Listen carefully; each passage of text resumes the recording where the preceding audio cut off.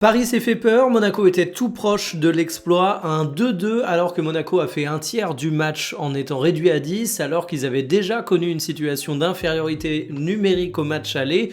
Je ne sais pas si du côté de Monaco il faut saluer le grand match, je ne sais pas si du côté de Monaco il faut retenir la frustration, je ne sais pas si du côté de Paris il faut retenir la résilience, je ne sais pas si du côté de Paris il faut retenir la peur, mais une chose est sûre, c'est un match qui a été extrêmement disputé et indécis.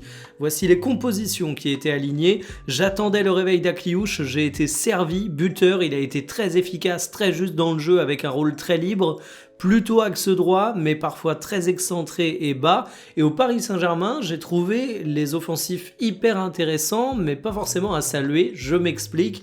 Ils ont tous eu des actions de jeu où ils ont fait des choses vraiment très très bonnes, mais je trouve également qu'ils ont tous été assez irréguliers au sein de la rencontre. C'est-à-dire que le très bon côtoyait le parfois relativement moyen.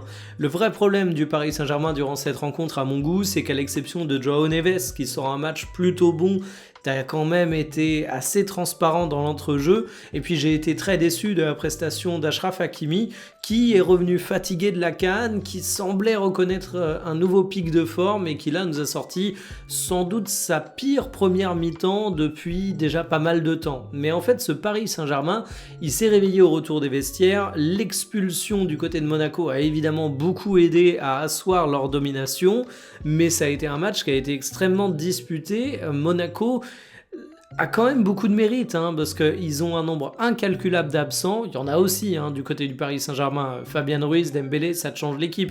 Mais Monaco, c'est vraiment une hécatombe. Monaco était en infériorité numérique. Ils arrivent quand même à sortir cette rencontre.